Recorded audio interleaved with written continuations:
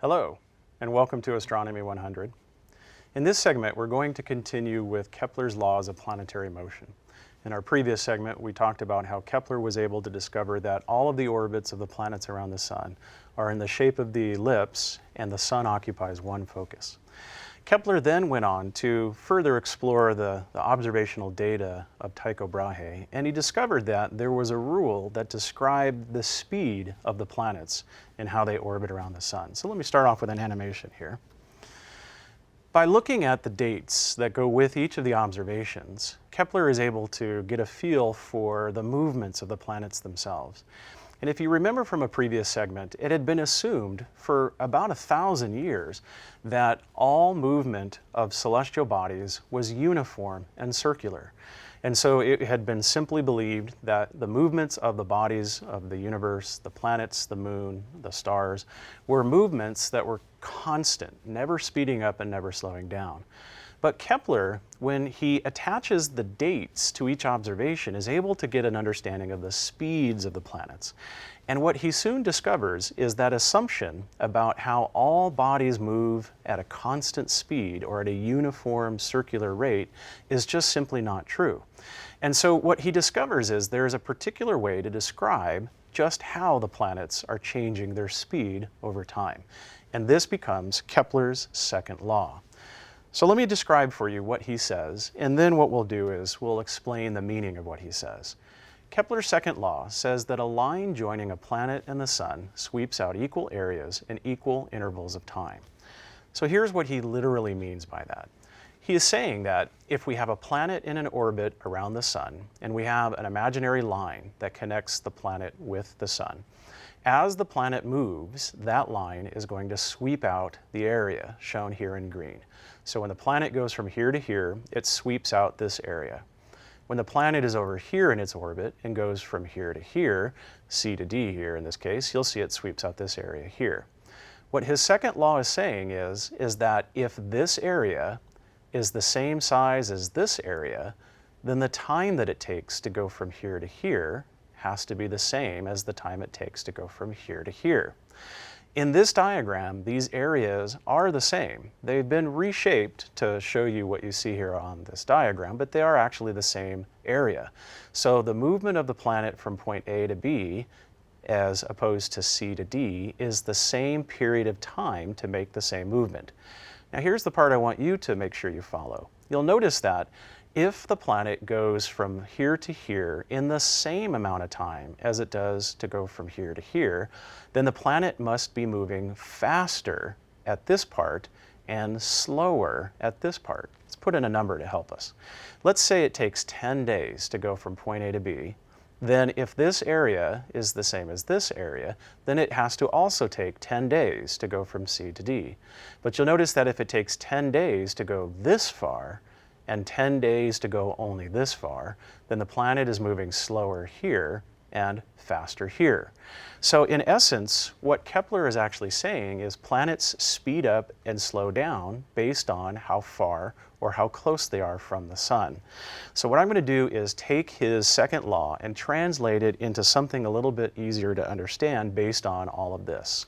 And what you'll notice is that what he's actually saying is a planet does not move at a constant speed in its orbit around the Sun, but instead a planet moves fastest in its orbit when it is closest to the Sun, and slowest in its orbit when it is farthest from the Sun. If we go back to this illustration, you can see the slowest would have to be right here, and the fastest would have to be right here. Fastest when closest, and slowest when furthest. So this discovery about the movements of the planets was remarkable because, again, it indicates that there's something that can cause a planet to speed up over time and slow down over time. Again, what Kepler has actually discovered is one of the consequences of gravity. So it is gravity that's actually causing this change in the speed of the planet based on the distance growing or shrinking. And if you think about it, that makes sense. When a planet is furthest from the sun, its gravity is going to be different, so it'll move slower. And when a planet is closer to the sun, its gravity will be different, and again, it will move faster. But unfortunately, Kepler is not able to make this connection between the movements of the planets and the force of gravity. Now, many years would go by before Kepler would discover what we today call his third law. And so let me show you what he comes up with in his third law of planetary motion. In his own words, Kepler's third law states something that's quite hard to understand at first glance, but I'll help you with it here in a second. He says the squares of the sidereal periods of the planets are proportional to the cubes of their semi-major axes. So what he's actually saying is something about what is called the sidereal period of a planet. If you remember from a previous segment, sidereal means measuring movement or measuring something against the background stars. So sidereal period means movement against the background stars. What he's actually referring to is the appearance of how the planets move against the background stars night after night after night. And the sidereal period of a planet turns out to be its orbital period. When you watch a planet move slowly night after night against the background stars and come all the way back to where it started from, you're actually witnessing the planet move in its orbit around the sun. So sidereal period is the orbital period of a planet. Semi-major axis is something a little bit harder to understand, so let me show you what that means. If you remember, we showed this particular shape in a previous segment about what an actual ellipse would look like and how it's defined by the position of the two foci inside of the ellipse. Every ellipse has two what we call axes of symmetry. This long axis here, going all the way through from one side to the other through the two foci, is a line that you could spin the ellipse around and it would spin symmetrically. So this is one axis of symmetry. And because it's the longest distance across the ellipse, it's called the major axis. This is also an axis of symmetry here, and this is again a line that you could spin the ellipse around that would spin symmetrically, and so this is also an axis of symmetry. But because it's the shorter distance from this side to this side, this is called the minor axis. So what is the semi-major axis? Well, the word semi usually means half. So the semi-major axis is half of the major axis. What does all of this mean? Well, let me show you what it means when it comes to the planets. Here is an imaginary orbit of, let's say, the Earth orbiting around the sun. And if you remember from a previous segment, we talked about how the orbits of the planets are very, very close to being perfectly circular. They are truly elliptical, but they're just barely elliptical, which means they're very close to being perfect circles. In the last segment, we talked about how the distance between the two foci determines the actual shape of the ellipse. When the two foci get closer and closer and closer together, the shape becomes more and more circular. So if the orbit of a planet is very, very close to being perfectly circular, then what you're going to have is that this distance right here, which is the semi-major axis, is actually very, very close to the actual orbital distance between the planet and the sun. So you'll notice the center of the ellipse is here. The sun is at one focus. So the semi-major axis is from the white line all the way to the edge, but from the center of the sun all the way to the planet, that is the orbital distance. And notice how they're practically the same. So what Kepler is actually trying to say when he says the squares of the sidereal periods of the planets are proportional to the cubes of their semi-major axes, he's actually saying the square of the orbital period of a planet is proportional to the cube of its orbital distance. Now, squaring something is mathematical, and cubing something is also doing something in mathematics. So what he's saying in his third law is a formula. This formula is actually what is being said in words up above. The square of the sidereal period of a planet, or the square of its orbital period, is proportional to the cube of its orbital distance, what he called the semi-major axis.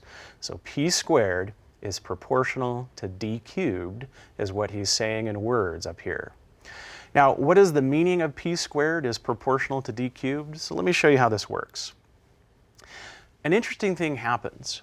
If we use a particular set of units for p and for d, we get the formula to change from a proportional symbol to an equal sign. Here's what I mean. If the orbital period is measured in Earth years, and if the orbital distance is measured in a unit we call astronomical units, and if you remember in a previous segment, the astronomical unit is the distance between the Earth and the Sun. Technically, it is the average distance between the Earth and the Sun.